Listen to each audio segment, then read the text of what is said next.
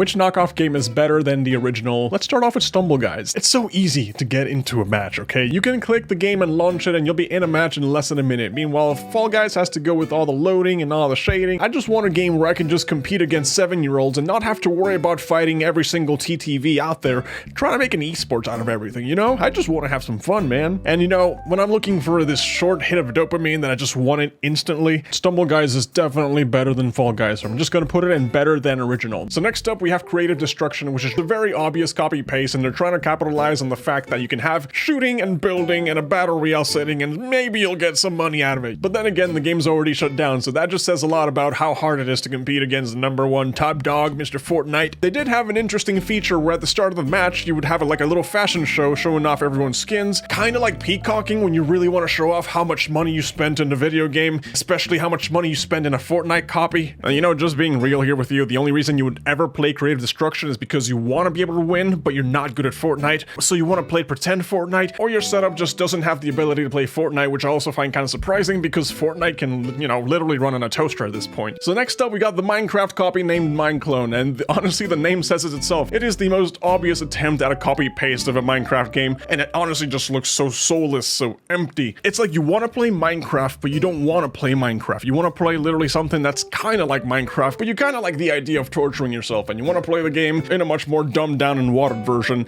And the worst part of it all is that you can't even pickaxe the pigs. You can only kill the pigs with the swords. You can't even use the pickaxe on them. At least I got to make a diamond house. I think those were called diamonds. They look like diamonds. I'm not sure if they were diamonds, but I made a diamond house. It looked pretty cool. But in terms of whether the game is actually good enough to stand on itself, no, it's not. No, it's not.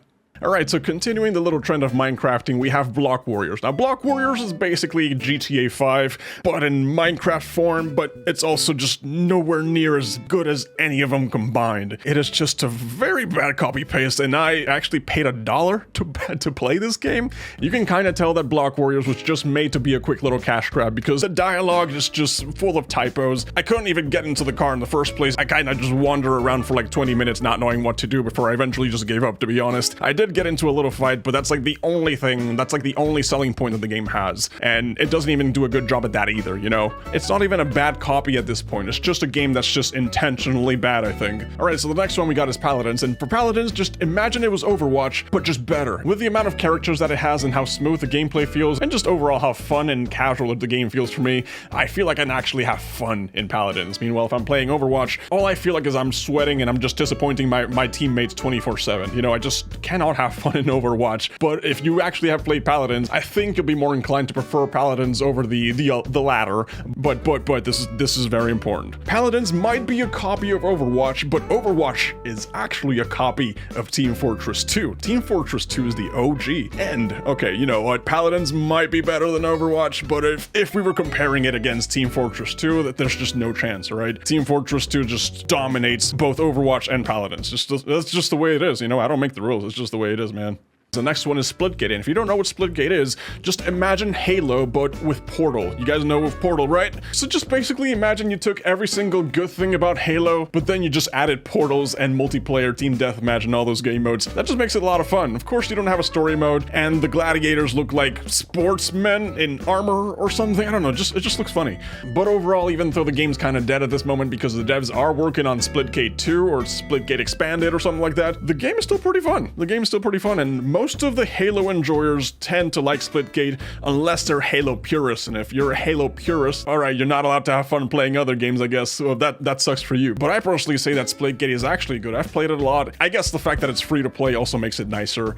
I don't know if Halo Infinite's free to play. I don't...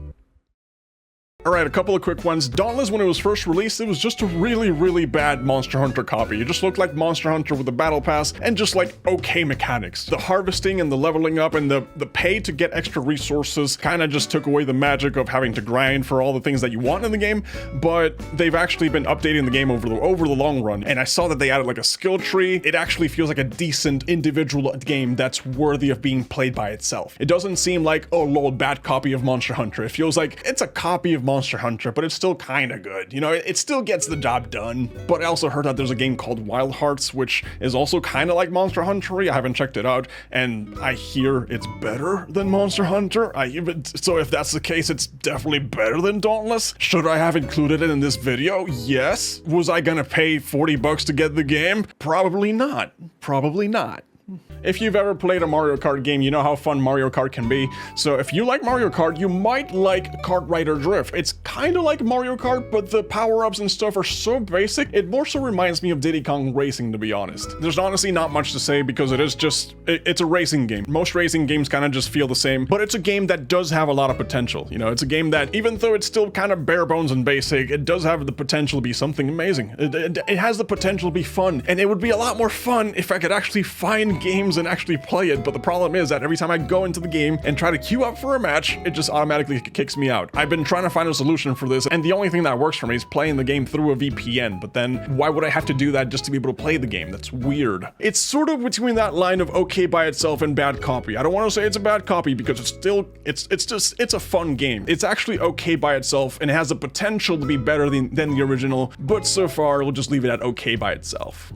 Diabolical is a knockoff of Quake, and if you don't know what Quake is, you're definitely under 30 years old, I think. But it's basically a fast-paced multiplayer arena shooter. It was the esport, the thing to play before these Call of Duty multiplayer shooters came out, before Battle Royale came a thing. It falls under that category of boomer shooter, and Diabolical is basically just a knockoff of Quake, because Quake kind of just went down the hill over the years. There's nothing really going on with it. So they tried to release this Quake-like game, but now you have eggs instead of badass monsters and creatures, and you know, yeah, the gameplay is very familiar. If you love Quake, then you'll probably like Diabolical, but the thing that just doesn't do it for me, it's all in the aesthetics. You know, Quake has these bloody monsters and crocodiles and these freak-looking characters with limbs exploding, right?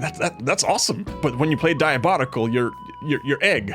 You're an egg. It could be okay by itself, but the aesthetics just don't sell it to me. It's too egg. I don't like egg. All right, now we're talking about Muck, and Muck is a game made by Danny. It's a multiplayer survival that sort of resembles a mix between Rust and Minecraft. I'm not really sure what the game is a knockoff of, but I know it's a knockoff of something. I just don't know what it is. And let me just say it right here. Whatever it's supposed to be a knockoff of, trust me, Muck is better than the original. Muck is one of my favorite games of all time. Even though it's so basic and so kind of stupid and silly, it's a vibe, man. It's so fun to play Muck. You go into the game and you gather some resources, you trade with some villagers, you accidentally hit a villager, now the entire village is after you. You try to survive the nights, and then you have these Daves coming into you. Little dinosaurs are called Daves. It's all about collecting the gems to escape the island of Muck and then fight a dragon at the end. There's a certain type of beauty in its simplicity and its silliness, you know? That's one thing that I just love about all the games made by Danny. It's just like, they're so stupid.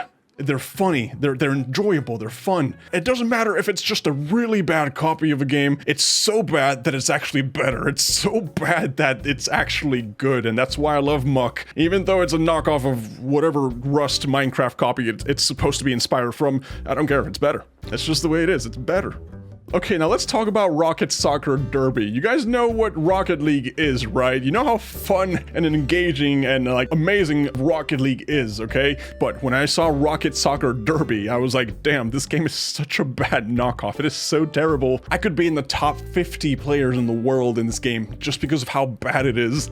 But it definitely just looks like a bad attempt at capitalizing off the Rocket League hype. It's really not that good. It's kind of stupid and pretty basic. There's honestly not much to say about Rocket Soccer Derby other than the fact that it's just bad. I did want to add Divine Knockout to the tier list, but I forgot to upload the little icon. But Divine Knockout is actually a game sort of like a Smash Bros-esque kind of game, but it's a 3D fighter where you use entities and deities and gods and heroes. It's basically Smash Bros but 3D. I'm actually a pretty big Smash fan, and I know that Smash Bros is a game that every time a platform fighter releases, it's always like, oh, this is the Smash-like clone. It's like every single knockoff that comes out of Smash Bros, they just try to make it like Smash Bros, but Divine Knockout actually makes it its own thing, and the way that the mechanics work is actually kind of refreshing. It's one of those games where it's okay by itself, it has the potential to develop itself into being better than the original, but Smash Bros is just a ginormous IP that unfortunately it's really hard to take out. But the game Divine Knockout itself is just, it's good. Could have the potential to be better than the original, maybe,